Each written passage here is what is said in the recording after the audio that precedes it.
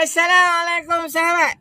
Sahabat biasa makan tak murtabak legend dekat dengan Cok Kek tahun 85-86 dulu ni. Hak viral dulu ni waktu tu. Hari ni Pak Su nak share dia punya resipi murtabak daging dia. Sahabat, mula-mula kita panaskan minyak.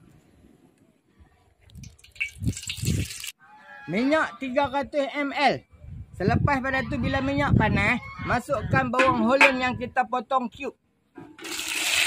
1 sudu serbuk lada kasar tau. Dan juga setengah sudu serbuk kunyit. 4 sudu rempah kari daging. Pak Su guna sudu ni. 1 sudu rempah biryani. 1 sudu rempah kurma. Dan juga 1 sudu garam masala. Masukkan sikit air. Lebih kurang 300 ml. Biar rempah ni mendidih sampai dia pecah minyak.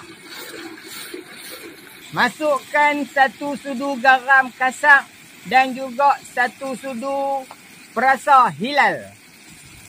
Kemudian daging kisar 1 kilo. Kacau cepat-cepat tau. Bila daging dah separuh masak, masukkan kentang. Kentang ni lebih kurang 5 biji cukup lah. Kemudian agak-agak dah nak masak, kita masukkan gubih. Lebih kurang 300 gram lah. Atau 200 gram cukup. Bila dah kering, masukkan daun ketumbar dan daun pudina. Pastikan kentang betul-betul masak. Bagi lembut betul-betul tau. Okey sahabat, ni siap dah inti murtabak. Selepas pada ni, kita akan buat dos untuk murtabak pula. Nak buat kulit dia tu kan. InsyaAllah sahabat. Sabar sana.